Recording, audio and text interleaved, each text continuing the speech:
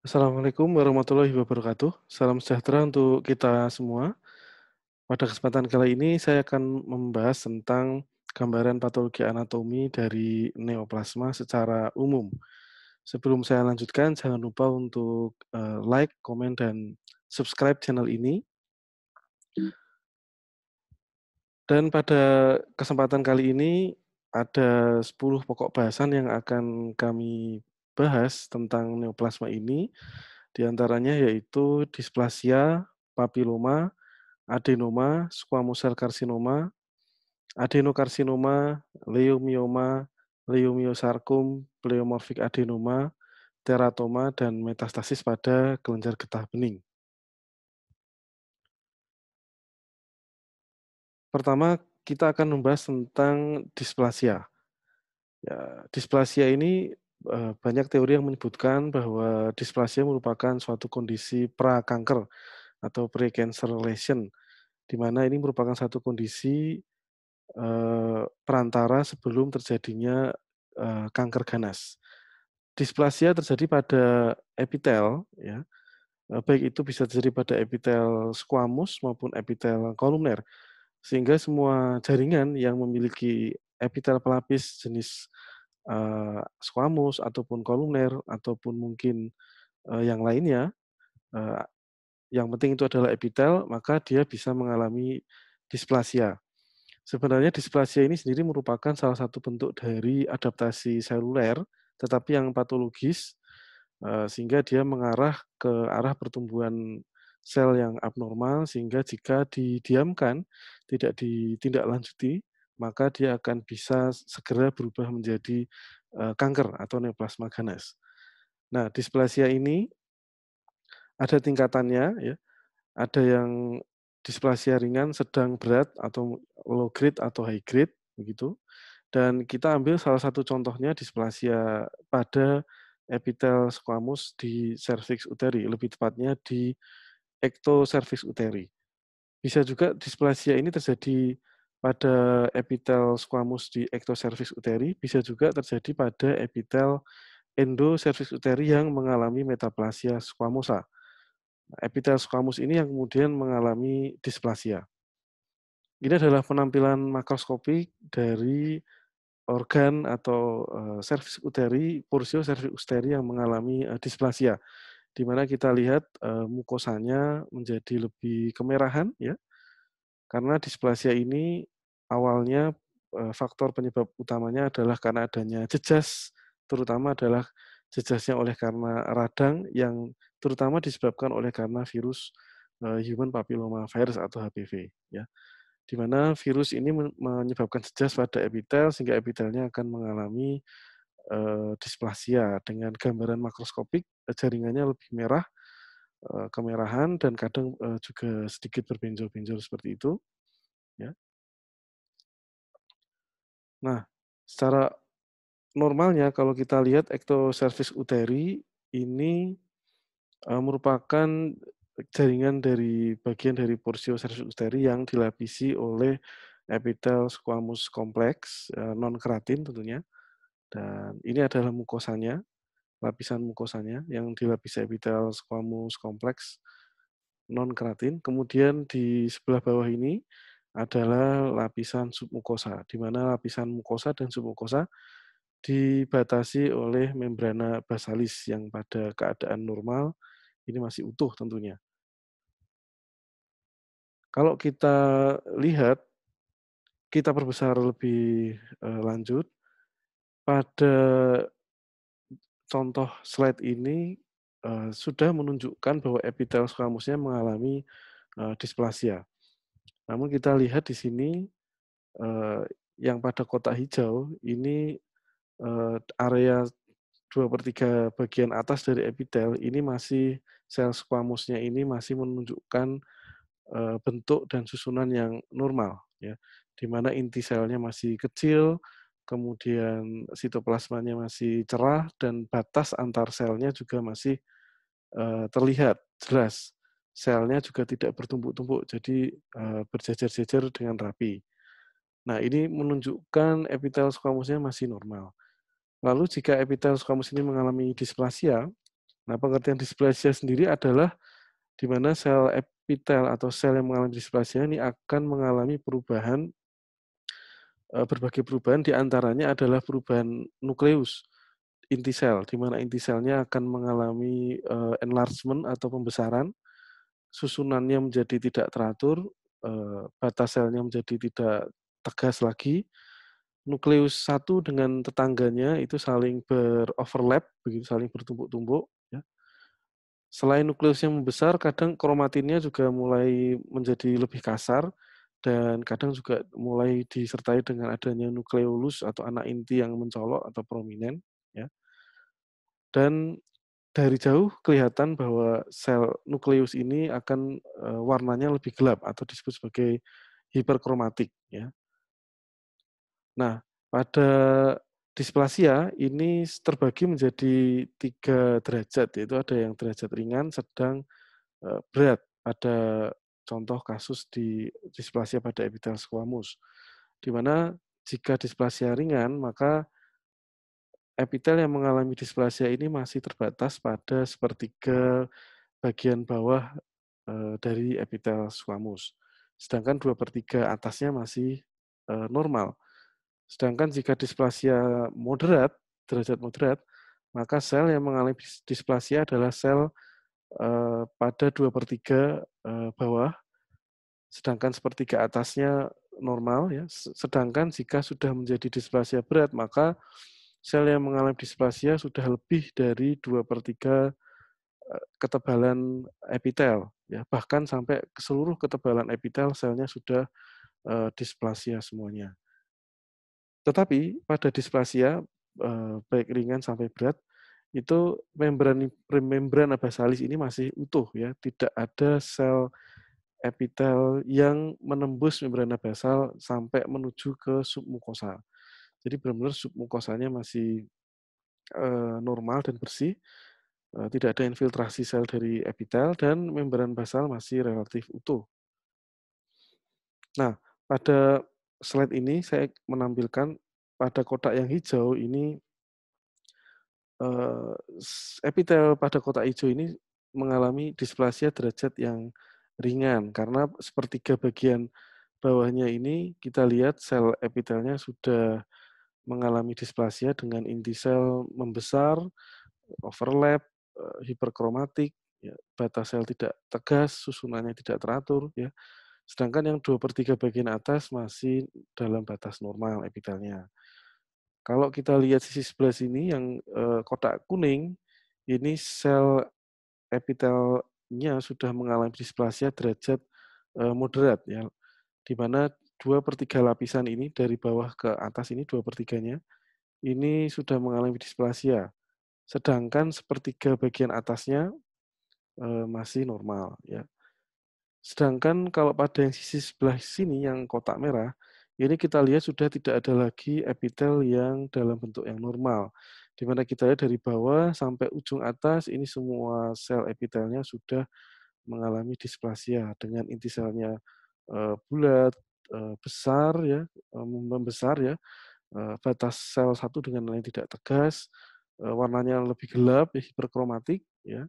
Kromatinya kasar, ya, nanti kalau diperbesar akan kelihatan beberapa nukleoli, sudah prominent, ya.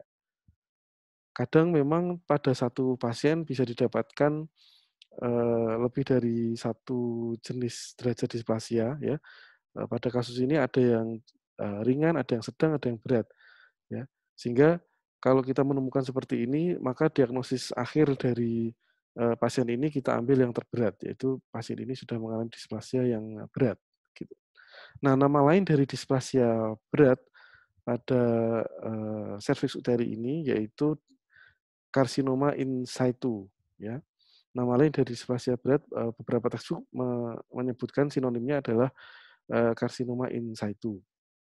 Mungkin ada beberapa textbook yang masih membedakan antara displasia berat dan karsinoma in situ, tetapi ada textbook juga yang menyebutkan itu sama aja, ya. Jadi, eee, kalau ada yang membedakan karsinoma in situ dengan displasia berat, biasanya kalau displasia berat itu sel yang displastik itu lebih dari 2/3 tapi belum, keseluruhan, tetapi kalau karsinoma in situ sudah seluruh ketebalan epitel ya. Tetapi yang jelas membrana basal itu masih utuh ya, sehingga kenapa ini juga disebut karsinoma in situ karena membrana basalnya masih utuh. Itu adalah pengertian dari in situ. Jadi sel-sel yang atipik atau sel yang displastik ini masih terbatas di epitel, belum menembus membrana basal. Nah, nanti jika sel yang atipik ini, sel yang displastik ini sudah menembus membrana basal, lalu kemudian dia akan membuat deposit di infiltratif di submukosa, maka sudah diagnosisnya tidak lagi karsinoma in situ atau displasia berat, tetapi sudah menjadi squamous cell karsinoma. Ya, ini kami perbesar.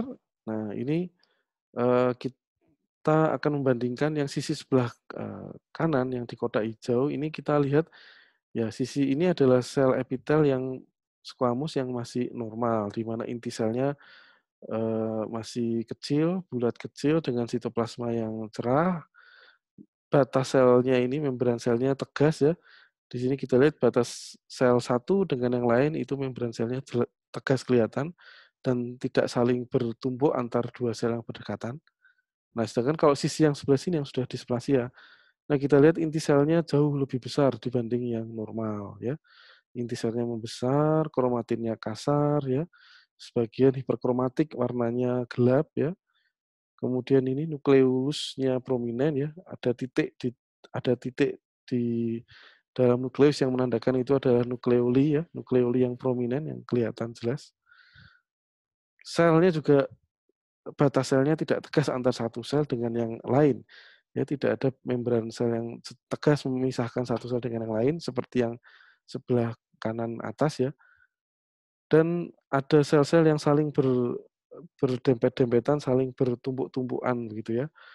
Nah, ini menunjukkan bahwa sel di lapisan ini sudah mengalami displasia.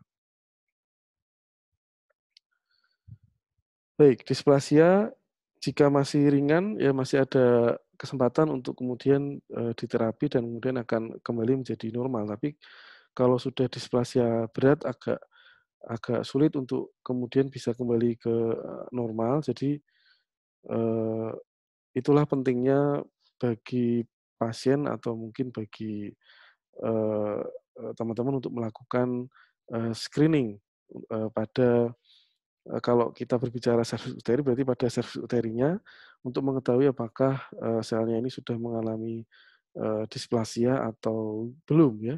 Salah satu screening yang bisa dilakukan adalah dengan melakukan pap smear ya, di mana nanti kita akan mengerok sel-sel di epitel tersebut nanti akan kelihatan selnya apakah sudah atipik, displastik atau masih dalam gambaran yang normal. Nah, sekarang kita masuk ke neoplasma. Jadi neoplasma ini kita harus mengetahui sifatnya ini ada dua ya, yaitu bisa jinak, bisa ganas ya.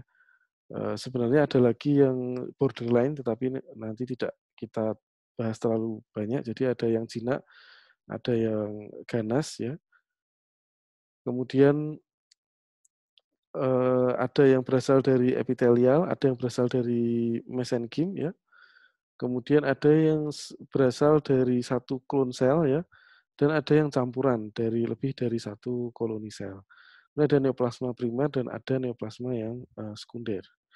Nah, yang perlu diperhatikan untuk neoplasma ya, selain dari sifatnya, lalu kemudian jenis kelamin dari penderita ini juga penting ya karena tentunya kalau karsinoma pada payudara itu lebih sering ditemukan pada wanita dibanding pria ya. Kemudian kalau karsinoma prostat tentunya hanya diderita oleh pria, tidak mungkin diderita oleh wanita, begitu ya. Kemudian ada beberapa karsinoma yang memang lebih sering muncul pada wanita atau pada pria. Contohnya pada karsinoma tiroid itu lebih sering muncul pada wanita dibanding pria dan lain sebagainya. Kemudian usia juga penting untuk diketahui pada neoplasma karena bisa membantu kita untuk mengetahui kira-kira ini neoplasma yang jenis apa ya. terutama neoplasma yang jenis yang berasal dari germ cell itu biasanya usianya usia muda ya. Sedangkan lokasi juga penting juga untuk mengetahui kira-kira ini neoplasma jenis apa ya. Ukuran tumor juga kita perlu ketahui apakah dia cepat membesar. Kalau cepat membesar maka dia lebih ke curiga ke arah ganas. Kemudian apakah ada pembesaran KGB atau konjak getah bening di regional atau di sekitarnya, ini untuk membantu kita mengetahui apakah ada kecurigaan ke arah metastasis atau tidak. Kemudian tentunya yang paling penting gold standarnya adalah gambaran mikroskopiknya ya. Karena semua benjolan itu tidak semuanya adalah neoplasma dan tidak semua neoplasma itu adalah ganas. Ya, meskipun secara klinis kelihatan ganas, tapi gold standarnya adalah pemeriksaan patologi anatomi. Jika gambaran mikroskopiknya jinak, ya berarti jinak. Ya. Dan begitu pula sebaliknya, mungkin secara klinis penampilan jaringannya itu jinak, tetapi ketika kita lihat di mikroskop ternyata selnya ganas semuanya. Itu tidak jarang kita temukan seperti itu. Ya. Baik, kita masuk ke jenis neoplasma. Yang pertama kita akan membahas neoplasma yang berasal dari satu koloni sel ya, bukan yang campuran. Primer, yang artinya primer adalah bahwa neoplasma ini tumbuh di eh, sel di jaringan tersebut ya, bukan merupakan sel ganas yang berasal dari tempat lain yang kemudian datang ke jaringan tersebut kemudian tumbuh ganas di situ ya. Jadi ini merupakan sel yang ada di situ kemudian eh, berproliferasi abnormal lalu kemudian menjadi neoplasma, baik itu jinak maupun ganas. Nah, sekarang kita akan membahas tentang neoplasma yang berasal dari satu koloni sel primer dan berasal dari epitelial. Dan pada kali pertama ini kami akan membahas tentang yang epitel jenis squamous yang jinak, yang eh, paling sering adalah disebut sebagai papiloma. Nah, ini gambaran klinis dari papiloma bisa berupa tonjolan ya seperti apa namanya? Seperti bentuk kubah seperti ini ya, atau tonjolan seperti ini, seperti jari-jari, menjari seperti ini ya. Karena papiloma itu diambil dari kata papil. Papil itu seperti jari seperti itu ya, jari kecil yang kemudian tumbuh berdungkul-dungkul ya seperti bunga kol begitu. Kalau ini contoh pada tangan gitu, kalau ini pada membran mukosa dan ini merupakan neoplasma yang bersifat jinak dan berasal atau tumbuh dari sel epitel squamous. Sehingga semua jaringan yang ada sel epitel squamousnya bisa tumbuh papiloma ya. Seperti contoh pada tentunya pada semua kulit itu kan epitel squamous ya. Itu bisa tumbuh papiloma pada kulit ya dimanapun kulitnya. Kemudian pada mukosa mulut, mukosa bibir, mukosa vagina atau penis yang dilapisi oleh epitel squamous ya mukosanya, maka itu juga bisa tumbuh bahkan mukosa anus ya yang dilapisi epitel squamous itu bisa tumbuh papiloma. Ya. Ini kalau kita lihat di gambaran mikroskopik, ya, ini kalau sisi sebelah kiri bawah, nah ini adalah mukosa ya, ini mukosa yang warnanya gelap. Lalu sisi yang sebelah sini ini adalah submukosa ya. Ini pada pembesaran 40 kali yang paling lemah, di mana sisi sebelah kiri bawah ini mukosanya masih normal ya. Lalu semakin ke arah kanan atas ya, semakin ke arah kanan ini mukosanya semakin hiperplastik ya, semakin proliferatif, semakin tebal. Yang tadinya tebalnya cuma sekian ya, kemudian menjadi segini gitu ya, menjadi berlapis-lapis ya, menandakan bahwa memang epitelnya mengalami hiperplastik, hiperplasia atau proliferasi ya. Dia tumbuh papilomatus ya, seperti jari ya. Ya ini seperti jari ya, seperti jari kita. Jari pertumbuhan menjari ini tumbuh papilomatus ya. Lalu membran basalnya tentunya masih utuh ya, membran basal masih utuh, jadi batas antara mukosa dan submukosa masih tegas ya, sehingga, sifat dari papiloma ini adalah, jinak. Kalau kita perbesar lagi ya, ini pertumbuhan yang papilomatus di mana tebal epitelnya sangat tebal sekali seperti ini. Kalau kita perbesar lagi ya, ini pembesaran lebih kuat. Nah, ini juga meng-highlight bagaimana sel epitelnya hiperplastik dan mendorong ke atas ya sehingga tumbuh, seperti jari atau papilomatus ya. Dengan batas, membran basal masih tegas ya. Ini kalau diperbesar lagi ya 100 kali. Nah, ini sel epitelnya menjadi hiperplastik tambah banyak seperti itu ya.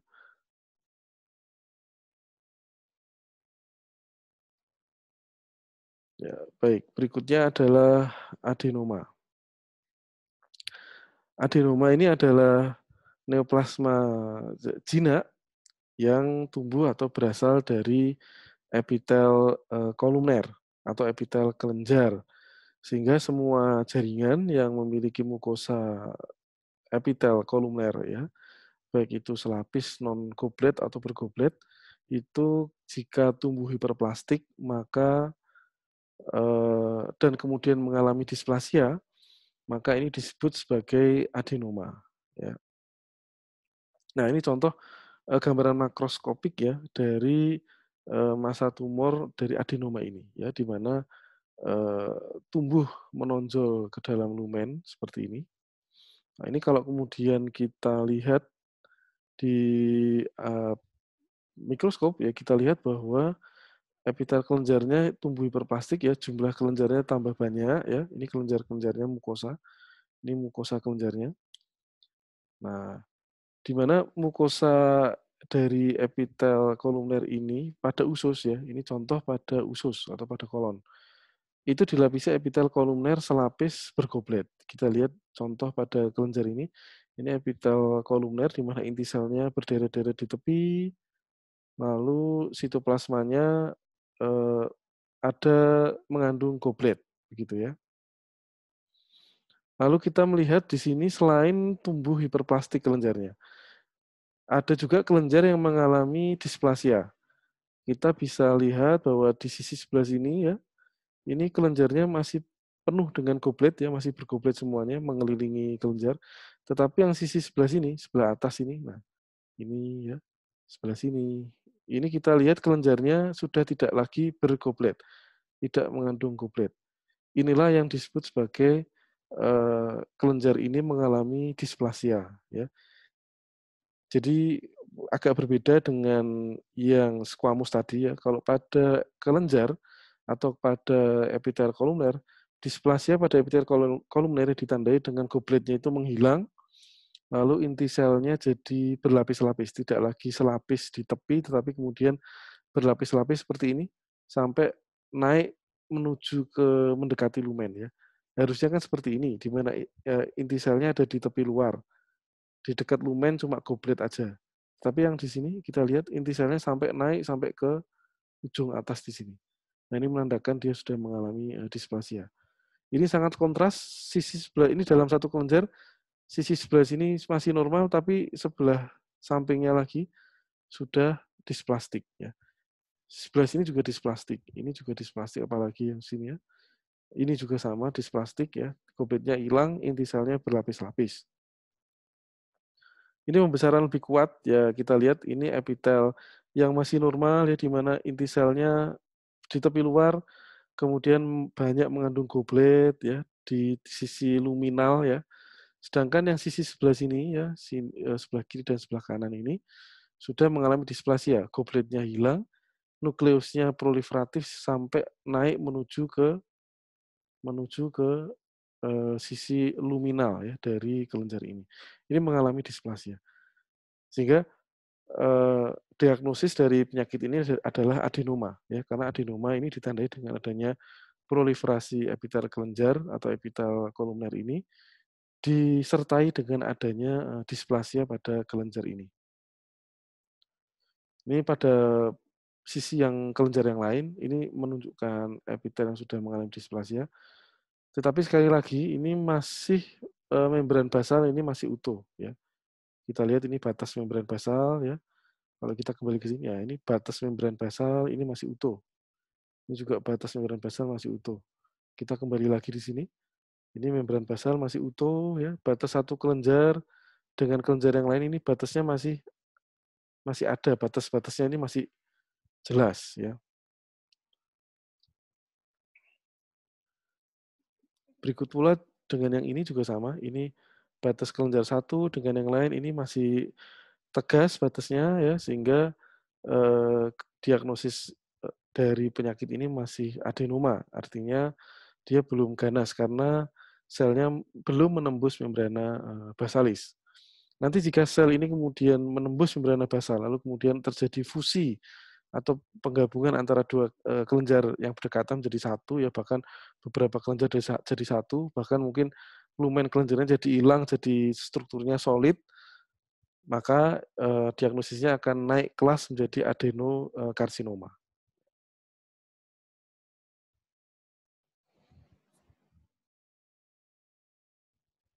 Ya, berikutnya kita akan bahas tentang neoplasma ganas.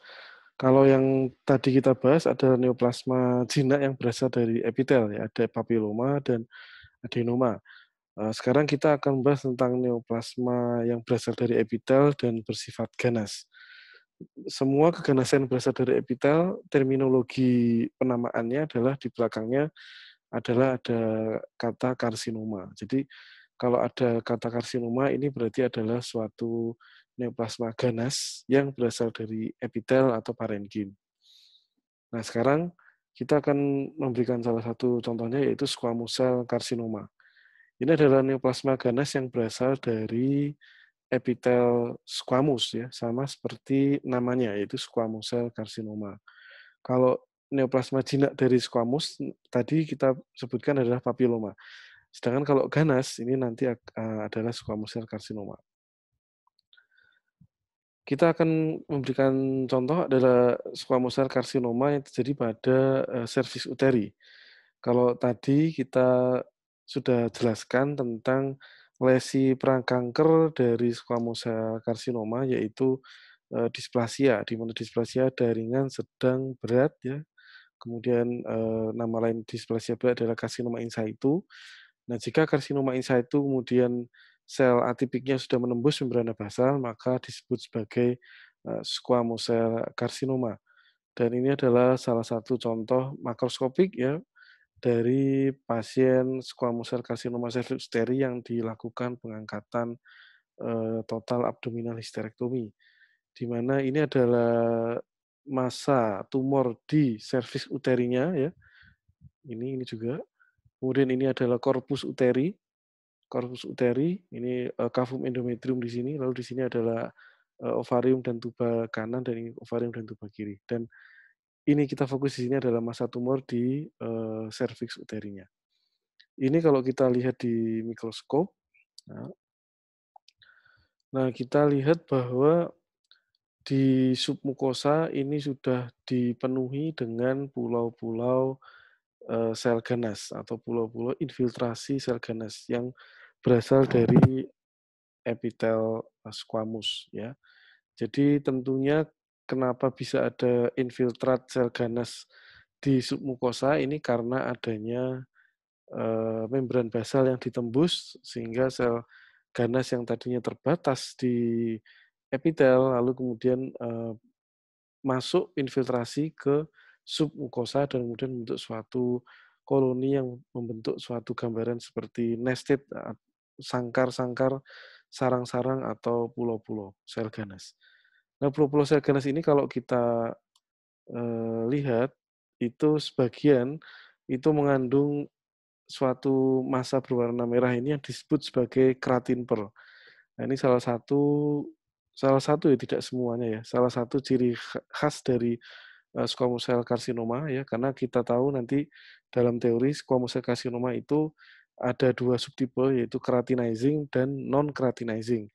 Yang keratinizing squamous cell carcinoma, dia sel ganasnya ini mampu memproduksi keratin, ya, yang nanti keratinnya terkumpul dalam satu massa begitu yang disebut sebagai keratin pearl atau bahasa Indonesianya adalah mutiara tanduk, ya. Ini kalau kita perbesar, ya, ciri khas dari squamous cell carcinoma adalah sel ganasnya ini tersusun dalam eh, sarang-sarang ya, atau nested bahasa Inggrisnya, atau membentuk island atau pulau-pulau ya, tersusun solid ya, tidak ada lumen, kelenjar begitu. Jadi benar-benar solid, sel ganasnya tersusun lengket satu dengan yang lainnya ya. Kemudian beberapa pulau mengandung massa keratin yang disebut sebagai keratin per. Ini adalah keratin per ya. Ini bisa juga mungkin massa keratinnya masih terbatas dalam satu sel ya, belum mengumpul jadi satu massa begitu. Kalau hanya dalam satu sel-sel terpisah-pisah ini disebut sebagai keratinisasi individual ya. Tapi kalau kemudian massa keratinnya sangat banyak dan kemudian eh, dikumpulkan dalam satu tempat disebut sebagai keratin pearl begitu. Nah, ini adalah satu pulau, ini pulau yang lain, ini pulau yang lain, dan ini di antara pulau ini adalah stroma atau jaringan ikat ya, stroma jaringan ikat submukosa ya. Ini yang berupa jaringan ikat fibrus ya. Di antaranya juga ada sel-sel limfosit ya, sel-sel radang ya, karena basically awal mula kenapa terjadi karsinoma sel squamous pada serus uteri ini adalah karena adanya jejas infeksi dari HPV yang kemudian berubah menjadi displasia lalu kemudian jadi karsinoma sel squamous ini. Kalau kita berbesar lebih dalam lagi, lebih besar lagi pada besaran kuat 400 kali, kita lihat pulau-pulau sel ganas ini ya disusun oleh sel-sel ganas yang inti selnya besar ya, inti selnya besar, nukleolinya prominen, kromatinnya kasar ya, hiperkromatik, warnanya gelap ya, irregular, saling bertumpuk-tumpuk ya, overlap, sitoplasmanya sebagian luas dan sebagian sempit ya, karena bertumpuk-tumpuk ya, sebagian luas. Nah, warnanya merah, eosinofilik ya. Kemudian nukleolnya beberapa juga prominent ya, dan pleomorfik ya. Jadi dalam satu kelompok sel ganas ini ada yang bentuknya bulat besar, ada yang bulat sedang begitu ya. Mungkin ada yang benar-benar bulat, ada yang agak segitiga, ada yang agak oval. Nah, ini karena dalam satu lapangan ya pandang ini sel ganasnya itu beda-beda bentuknya, maka eh, istilah ini disebut sebagai pleomorfik ya, yang merupakan salah satu ciri dari sel ganas ya, karena tidak semua keganasan itu eh, pleomorfik ya, ada juga keganasan yang tidak pleomorfik. Tapi khusus pada squamous cell carcinoma ini ditandai dengan sel ganasnya itu pleomorfik juga ya, pleomorfik, kromatin kasar, nukleoprominent ya, kemudian saling overlap ya, itu merupakan ciri-ciri dari sel ganas ya.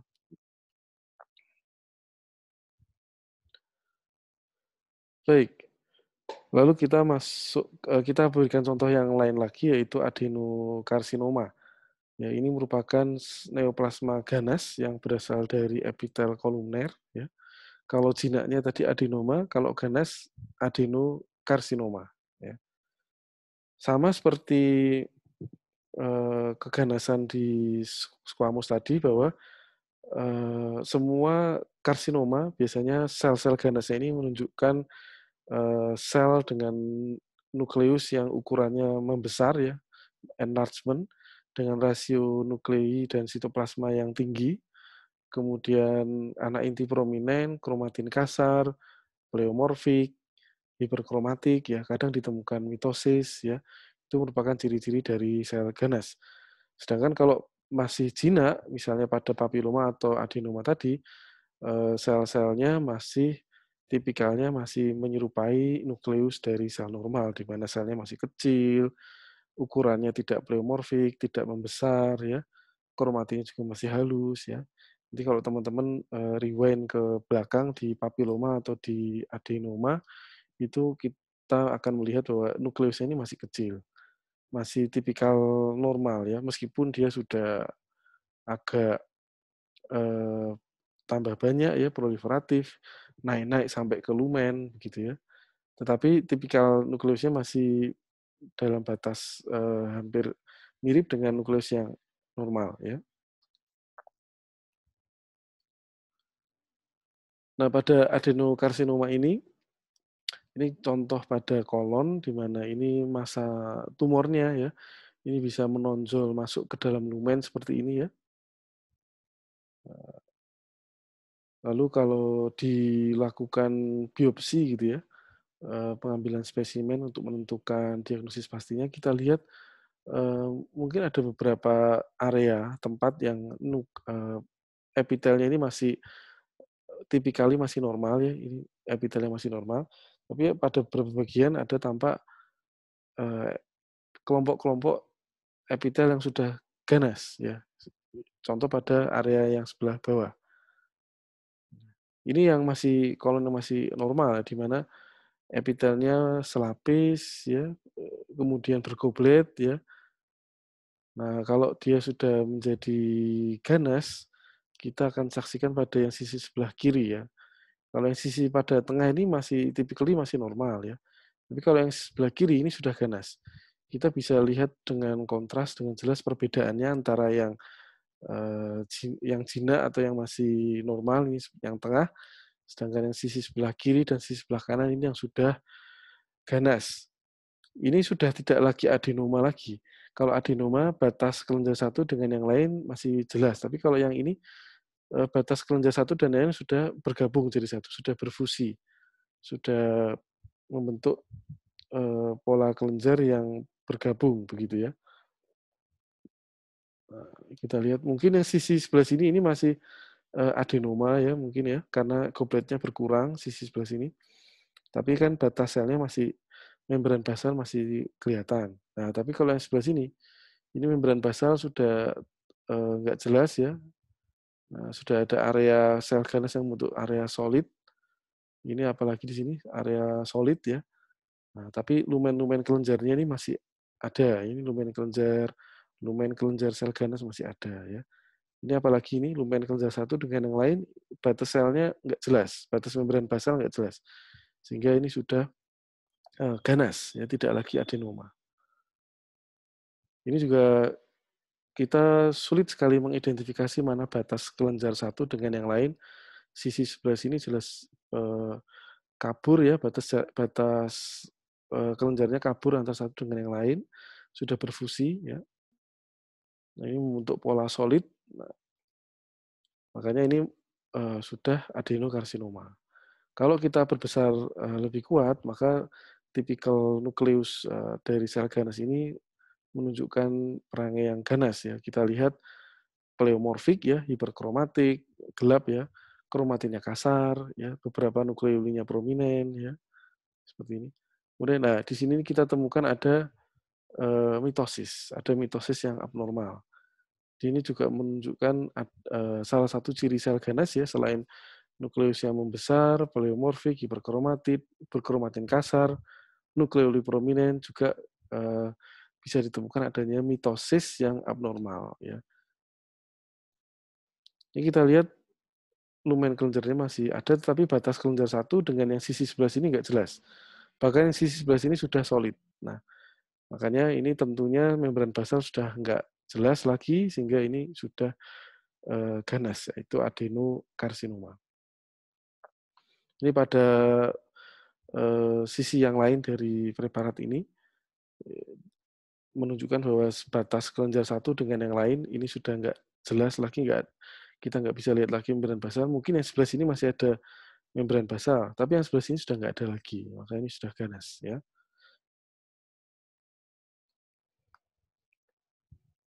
Baik, kalau tadi kita membahas tentang neoplasma pada epitel, baik jinak maupun ganas, maka sekarang kita akan membahas neoplasma pada mesenkim yang asal selnya dari mesenkim. Ini juga sama, ada yang jinak, ada yang ganas. Yang jinak ini belakangnya oma ya, suku kata terakhirnya oma, tapi suku kata di depannya biasanya akan menunjukkan asal selnya. Kalau dari otot berarti mioma ya atau leiomioma ini. Kalau dari lemak misalnya lipoma, kalau dari tulang osteoma, ya. Kemudian kalau ganas nanti kita lihat bahwa nomenklatur ganas pada mesenkimal sel itu belakangnya adalah sarkoma ya, bukan karsinoma pada epitel. Kalau karsinoma pada epitel, kalau pada mesenkim nanti kalau ganas nama belakangnya adalah sarkoma. Sedangkan suku kata depannya menunjukkan asal selnya. Baik, sekarang kami beri contoh yang neoplasma yang jinak berasal dari otot polos, disebut sebagai leiomioma. Ya. Yang paling sering leiomioma ini terjadi pada corpus uteri, pada otot polos myometriumnya. Sekarang kita lihat dulu corpus uteri atau myometrium normal ini eh, berbentuk serabut-serabut ya, dengan nukleus yang bentuknya oval atau gepeng ya, oval ya, spindle atau disebut sebagai spindle ya. Nah, ini biasanya terbentuk vasikulus atau jaras-jaras dan masih ada celah-celah antar vasikulus satu dengan vasikulus yang lain. Namun kalau dia kemudian mengalami proliferatif ya, membentuk suatu neoplasma yang sifatnya masih jinak. Nah, ini gambaran makroskopiknya seperti ini ya. Ini ini adalah serviks uteri ya. Ini korpus uterinya berdungkul-dungkul ya, berbenjol-benjol karena mengandung sarang-sarang massa tumor mioma uteri ya. Ada yang submukosa di sini ya, ada yang ada yang submukosa ini yang menonjol ke kavum endometrium, ada yang intramural di tengah-tengah, ada yang subserosa ya, yang agak menonjol keluar ya, mendekati perimetrium. Ada yang ditumbuh di serviks uteri, yang lalu kemudian kalau ini kemudian membesar, kemudian sampai dilahirkan atau dikeluarkan menuju ke kavum vagina di sini, disebut sebagai mioma gebur. Ini contoh pasien yang lain, ada yang sampai besar sekali, sampai mendesak lumen endometrium, kavum endometriumnya di sini ya. Ini diperkirakan sebesar bola bola tenis bahkan ya, bahkan kami pernah menemukan sampai sebesar bola voli ya. Tetapi ini sifatnya adalah jinak ya, meskipun besarnya sampai sebesar bola voli. Nah, kita lihat kalau dia mengalami proliferatif, vasikulus satu dengan yang lainnya saling bersilangan dan eh, hampir tidak ada celah antar vasikulus satu dengan yang lain seperti yang pada ini ya. Kalau ini kan vasikulus satu dengan yang lain masih ada celah-celahnya ya. Tapi kalau sudah padat seperti ini sudah berarti dia sudah leiomioma uteri ya. Tetapi kalau kita lihat nukleusnya masih mirip dengan nukleus yang normal, cuman tambah rapat atau tambah padat aja ya.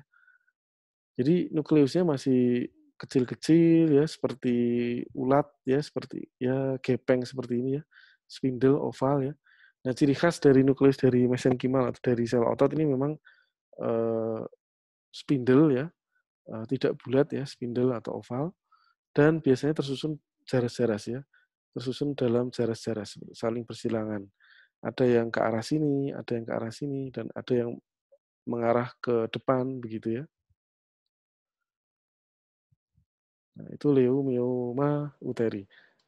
Kalau ganas ini namanya leiomiosarkoma ya. Suku kata depan menunjukkan asal sel, yang belakang menunjukkan keganasannya ya. Berarti ini adalah sarkoma ya, ganas, neoplasma ganas yang berasal dari otot polos. Ya. Tipikalnya kalau sudah ganas, batas selnya tidak tegas ya, seperti mioma tadi bulat-bulat masih tegas batasnya, tapi kalau sudah ganas, ini batasnya sudah nggak jelas lagi mana yang sisi normal, mana yang sisi yang sudah ganas begitu. Nah, kalau kita lihat secara mikroskopik, penampilan nukleus atau penampilan selnya sudah beda lagi dari normal. Kalau normalnya mungkin masih kecil seperti sekecil ini ya. Tapi kalau sudah ganas ya menjadi lebih gelap ya, menjadi lebih hitam, hiperkromatik ya. Kemudian pleomorfik, ada yang panjang, lonjong, ada yang kemudian besar seperti ini, ada yang agak bulat ya, ada yang gendut sekali seperti ini, ada yang gendutnya agak agak kecil di sini, ada yang seperti ini ya. Jadi dalam satu arah pandang bentuknya macam-macam ya. Hiperkromatik, kromatinnya kasar, pleomorfik ya. Ini kalau kita berbesar lagi, nah ini kromatinnya kasar ya. Kromatin kasarnya seperti ini ya. Jadi ada dot-dot kromatin yang yang kalau misalnya kalau kromatin halus itu kan warna nukleusnya itu benar-benar rapi rata ya. Tapi kalau kasar itu benar-benar kayak kayak orang yang lagi belajar mewarnai itu kan ada celah-celah titiknya, ada celah-celahnya. Nah, ini menunjukkan kalau pewarnaannya kromatinnya kasar ya. Ini juga kasar ya, tidak homogen ya. Kromatinnya tidak homogen, kasar ya. Ini gelap ya, hiperkromatik. Bentuknya macam-macam ya, ada yang oval, lonjong, lonjong pendek, lonjong panjang ya. Ada yang besar sekali seperti ini, ada yang seperti ini, ada yang besar banget kayak gini. Nah, ini adalah menunjukkan dia pleomorfik ya. Sehingga ini sifatnya sudah ganas ya. Kalau jinak dia masih monoton ya, bentuknya masih sama semua, tapi kalau sudah ganas bentuknya pleomorfik ya. Pada kasus yang sarkoma ya. Ini contoh yang lain, ini kromatinnya kasar, nukleolinya ada yang beberapa prominent ya. Ini prominent nukleoli, kromatinnya kasar, kasar ya. Kasar semua bentuknya, ada yang bulat, ada yang oval ya. Ada yang hiperkromatik, ada yang warnanya nggak homogen ya, ada yang pucat, ada yang gelap ya, hiperkromatik. Nah, ini menunjukkan bahwa dia sudah ganas. Ini pada pasien yang lain, gambaran yang lain. Nah, pada sisi yang sini benar-benar pleomorfik ya, bentuknya macam-macam, nggak satu bentuk begitu. Kemudian hiperkromatik, kromatinnya kasar ya, sebelah sini juga kita lihat kromatinnya kasar, warna kromatinnya nggak homogen gitu. Hiperkromatik ya, pleomorfik keras ya, ada yang bentuknya multinucleated ya, kayak gini, ada yang besar banget kayak Mickey Mouse kayak gini. Benar-benar bentuknya sangat bervariasi ya, disebut sebagai pleomorfik keras. Baik, itu tadi contoh-contoh yang kami sebutkan tadi adalah neoplasma yang berasal dari mesenkim, ya. Kemudian kalau contoh-contoh yang kami sebutkan tadi ada papiloma, ada adenoma, ada squamous cell carcinoma, ada adenokarsinoma, itu merupakan neoplasma yang berasal dari satu koloni sel ya, berasal dari satu koloni sel ya. Jadi hanya berasal dari epitel tok, hanya berasal dari sel otot tok begitu ya. Jadi tidak campuran. Sedangkan berikut ini nanti kita akan membahas neoplasma-neoplasma yang berasal dari yang gambarannya itu merupakan campuran dari lebih dari satu jenis sel ya, lebih dari satu koloni sel ya. Contohnya yang pertama adalah pleomorphic adenoma. Bahkan ini nama lainnya adalah mixed tumor ya, mixed tumor. Nama generiknya adalah pleomorphic adenoma. Ini merupakan neoplasma jinak ya, sifatnya jinak yang tumbuh seringnya adalah di salivary gland atau kelenjar saliva. Sering-seringnya di parotis ya. Dan kita lihat berkapsul, batasnya tegas ya. Kemudian warnanya putih padat ya. Dan kalau kita lihat ternyata pleomorphic adenoma ini merupakan neoplasma yang tumbuh dari sel epitel dan sel myoepitel ya. Atau sel epitelnya ini nanti tumbuh proliferatif ya, tumbuh proliferatif dan ini ditunjukkan pada bagian yang berwarna lebih gelap. Ini merupakan sebaran sel-sel epitelnya. Sedangkan sel mioepitelnya itu nanti berdiferensiasi menjadi sel stroma, ya, yang ini ditunjukkan pada sel-sel yang warnanya lebih terang, ya, lebih terang di sini atau celah-celah di sini. Ini adalah sel stromanya, ini adalah sel epitelnya. Kedua-duanya tumbuh hiperplastik sehingga membentuk satu massa tumor padat yang disebut sebagai pleomorphic adenoma. Kita perbesar lagi. Nah, ini yang sel-sel yang padat yang warnanya lebih gelap ini, ya, ini adalah sel-sel epitel.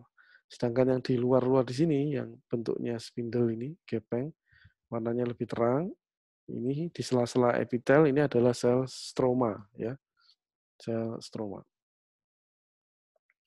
Kita perbesar lagi.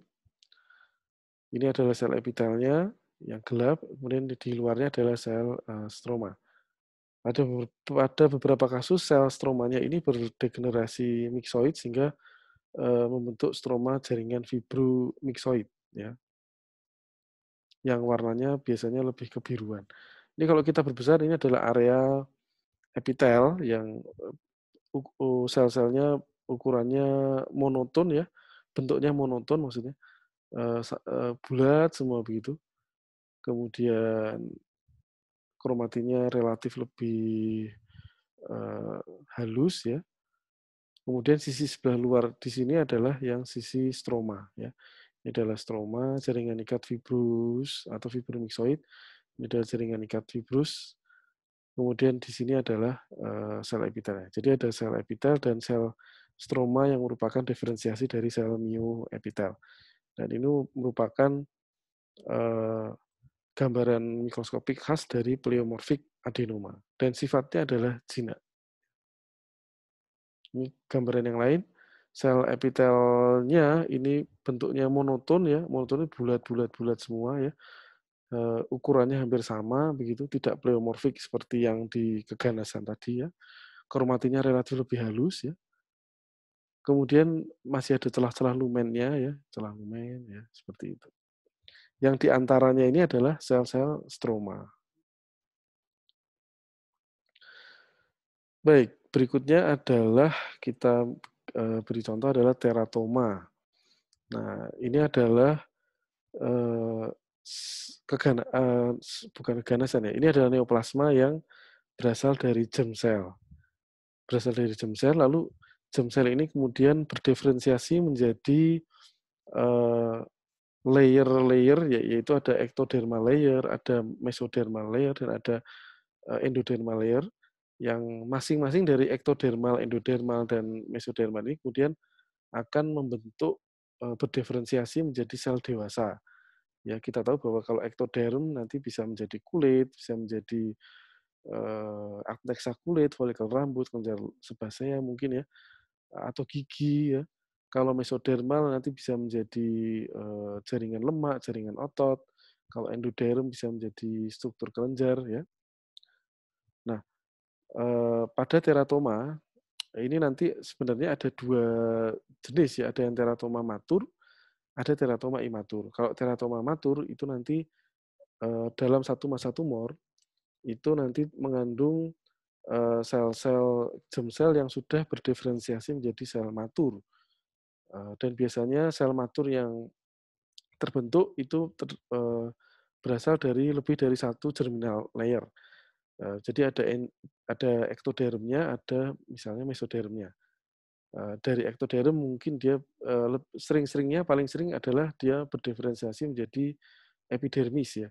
Jadi epidermis, kemudian ada ateksa kulitnya, ada folikel rambutnya.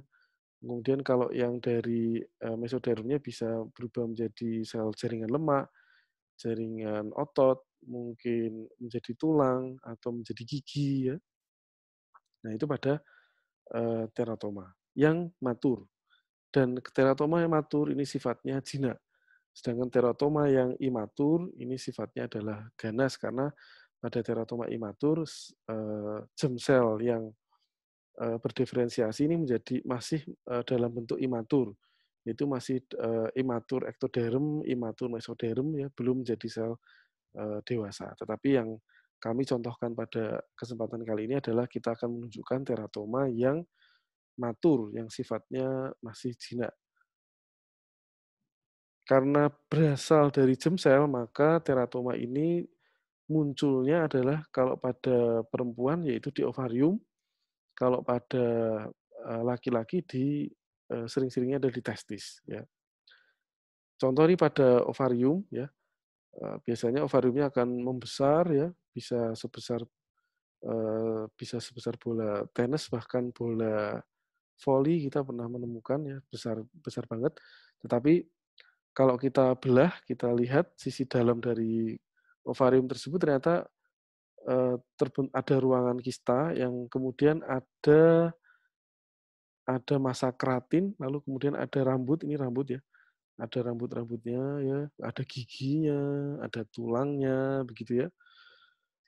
Dan mungkin kalau orang awam melihat ini sebagai mungkin disantet gitu atau dikirim dari orang yang jahat ya, tapi sebenarnya ini ternyata dalam ilmu kedokteran ini dikenal sebagai teratoma ya, karena ada rambutnya. Jadi ada sel-sel dewasa yang asalnya dari germ cell kemudian berubah jadi sel dewasa. Ada kulitnya, ada giginya ya, ada tulangnya. Yang mana pada ovarium normal tentunya tidak mungkin ada sel-sel semacam ini ya. Ini karena ovariumnya negak normal karena menjadi neoplastik ya. Kalau kita lihat di mikroskopiknya, ternyata kista tadi dilapisi oleh epitel yang membentuk seperti epidermis ya, dengan epitel jenis squamous kompleks dengan keratin yang tebal ya. Kemudian ada folikel rambut ya, tadi ada rambutnya, pasti ada folikel rambutnya. Kalau ada rambut berarti ada kelenjar sebasea, ini ada kelenjar sebaseanya, kelenjar sebasea. Kemudian ada lemaknya ya, ada lemaknya. Ya kalau tentunya kalau teman-teman lihat di histologi normal dari ovarium, tidak mungkin ada kulitnya berkeratin, tidak mungkin ada folikel rambut, tidak mungkin ada kelenjar sehat, dan tidak mungkin ada lemak di dalam ovarium. Tetapi pada masa tumor di ovarium ini kita menemukan semua sel-sel ini ya, semua sel dewasa ini. Ya, kan ini menunjukkan bahwa diagnosis pastinya adalah teratoma yang matur karena sel yang terbentuk di sini adalah sel yang sudah matur ya. Ini kalau kita lihat berbesar ya, ini adalah epidermis, mirip epidermis ya. Kemudian ini adalah kelenjar sebasea, ini ada jaringan lemak ya. Ini adalah berasal dari ektoderm, yang jaringan lemak berasal dari mesoderm. Ini pada sisi yang lain banyak sekali folikel rambutnya ya. Baik, kalau tadi kita sebutkan ya ada mulai dari adenoma, papiloma, SCC atau squamous cell carcinoma, adenokarsinoma, leiomioma, leiomyosarkom, terakhirnya ada teratoma dan pleomorphic adenoma, itu adalah contoh-contoh neoplasma yang primer, artinya dia tumbuh dari sel yang memang sel itu penghuni jaringan itu begitu ya. Misalnya tadi adenoma kolon, itu berasal dari sel epitel yang memang normalnya penghuni kolon begitu ya, di mukosa kolon. Dan dia tumbuh di kolon itu juga ya, nggak tumbuh di tempat lain. Nah, itu berarti disebut sebagai neoplasma primer, artinya berasal dari sel yang memang ada normalnya ada di situ. Kemudian tumbuh ganas. Nah, tapi ada juga yang disebut sebagai neoplasma sekunder.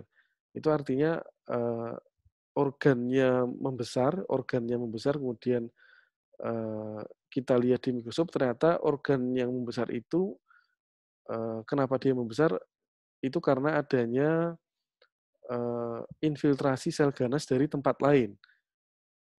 Nah, jadi sel ganasnya itu bukan berasal dari sel yang ada di organ itu, tapi justru malah berasal dari tempat lain.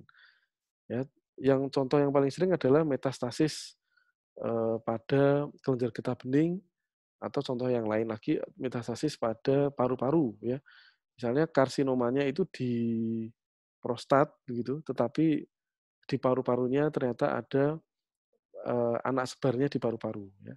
Jadi kalau kita lihat di paru-parunya, kalau sudut pandangnya di paru-paru berarti ini adalah neoplasma sekunder. Primernya adalah di prostat ya. Termasuk pada KGB ini ya, kelenjar getah bening ya. Kalau pada KGB-nya, kalau pada kelenjar getah beningnya itu adalah neoplasma sekunder. Tapi primernya yang harus kita cari ya tentunya ada primernya di tempat yang lain. Kalau misalnya KGB yang besar pada aksila begitu, pada kasus karsinoma payudara, maka pada payudaranya itu adalah neoplasma primernya, pada kelenjar getah bening aksila yang ada anak sebar di KGB aksilanya itu adalah neoplasma sekundernya. Sehingga ini metastasis pada KGB ini adalah contoh neoplasma yang sekunder. Nah, kita perlu lihat kembali histologi normal dari KGB atau kelenjar getah bening. Itu tersusun normalnya adalah tersusun atas folikel-folikel ya, folikel-folikel limfoid yang mengandung sentrum germinativum ya. Ini sebagian pernah kita jelaskan di praktikum pertama ya. Di apoptosis nih ada gambaran normal dari KGB ya. Ini adalah sebaran limfosit limfosit di KGB. Normalnya seperti ini. Tapi kalau KGB ini kemudian mengandung infiltrasi ya, atau anak sebar dari sel ganas dari tempat lain yang ikut aliran limfe, kemudian membentuk koloni anak sebar di kelenjar getah bening regionalnya, nah, maka gambarannya akan berubah ya. Ini masih normal ya. Nah, kalau ada ketambahan sel asing ganas, maka sel penghuni normalnya itu akan terdesak ya, terdesak menjadi semakin sempit gitu ya. Hanya tinggal di area sini doang gitu ya. KGB-nya besar tapi yang sel-sel limfosit sentrum normalnya masih hanya terbatas di sisi sini. Sedangkan sisi tengahnya ya, sisi tengahnya di sini sudah terisi oleh infiltrasi sel-sel ganas dari luar yang berbentuk kelenjar seperti ini. Nah, ini adalah kalau bentuknya kelenjar ada lumen, berarti ini adalah tipikal adenokarsinoma ya, bukan squamous cell carcinoma. Kalau squamous cell carcinoma kan bentuknya pulau-pulau ya. Tapi kalau ada celah-celah kelenjarnya ini adenokarsinoma. Nah, cuman dari mana ini yang itu yang perlu kita cari berdasarkan pemeriksaan penunjang yang lain atau pemeriksaan fisik yang lain. Misalnya ada riwayat CA mami gitu ya atau kelenjar prostat. Ya berarti ini diduga ini adalah primernya dari prostat atau dari payudara. Jadi harus ada korelasi dengan klinis atau riwayat klinis dari pasien. Baik, ini ya ini limfosit-limfosit normal, penghuni normal yang terdesak oleh pendatang asing yang ganas begitu ya. Karena nggak mungkin pendatang asing itu sifatnya jinak itu nggak mungkin. Karena sel jinak atau sel neoplasma jinak itu tidak mungkin bermetastasis. Yang bermetastasis, yang jalan-jalan adalah yang ganas. Oke, nah ini kita berbisa lagi. Ini sel-sel limfosit normal, sedangkan yang ini adalah kelompok sel ganas. Ini sisi yang normal dari limfosit normal ada di sebelah sini. Ini adalah jaringan ikat, reaksi jaringan ikat aja, fibrosis. Nah, ini adalah kelompok-kelompok sel ganasnya. Ya. Nah, kalau kita lihat, ini limfosit limfosit normal penghuni penghuni normal KGB ukurannya kecil, sedangkan sel epitel ganas ukurannya besar. Ya, nukleusnya ukurannya besar. Nah, ini gambaran yang lain. Ini adalah kelompok sel ganas membentuk struktur kelenjar. Yang sisi sebelah sini adalah limfosit normal, penghuni normal dari KGB. Ini gambaran yang lain dari KGB yang lain. Ini sel-sel limfosit, folikel-folikelnya yang masih normal terdesak ke tengah ya. Sedangkan kelompok-kelompok sel ganasnya ada di sinus di tepi-tepi di sini ya. Ya, adalah kelompok-kelompok infiltrasi dari sel ganas di kelenjar getah bening. Ya. Dan biasanya memang yang mengalami metastasis limfogen ke kelenjar getah bening adalah jenis yang karsinoma. Ya, karsinoma itu sering mengalami metastasis secara limfogen. Baik, itu tadi contoh-contoh dari neoplasma, tentunya, kita sekali lagi untuk neoplasma kita harus tahu sifatnya, apakah dia jinak, apakah dia ganas, atau apakah dia masih borderline atau masih in situ. Tadi, pada squamous cell, karsinoma itu sebelum jadi squamous cell karsinoma kita mengenal ada istilah displasia. Displasia tentunya displasia yang berat itu, eee, disebut sebagai karsinoma in situ ya, disebut disebut jinak, ya enggak, karena sel-selnya udah tipikal ganas begitu, sudah besar, pleomorfik, hiperkromatik begitu ya. Tetapi disebut ganas juga membran basalnya masih utuh begitu ya. Maka ini abu-abu ya, jadi disebut sebagai borderline atau in situ begitu ya. Ini istilah in situ ini ada di epitel biasanya. Kalau di mesenchyme, biasanya tidak ada istilah displasia pada sel mesenchyme dan tidak ada istilah borderline di, mesenchyme biasanya. Kemudian asal sel juga kita perlu perhatikan apakah dia berasal dari epitel, sehingga nama belakangnya karsinoma, apakah dia berasal dari mesenchyme, atau sarkoma, atau berasal dari germ cell ya. Kemudian berasal dari satu klon sel atau campuran ya seperti pleomorphic adenoma tadi. Kemudian apakah dia primer atau metas atau sekunder ya. Kemudian kita juga perlu perhatikan perbedaan ciri sel jinak atau sel ganas.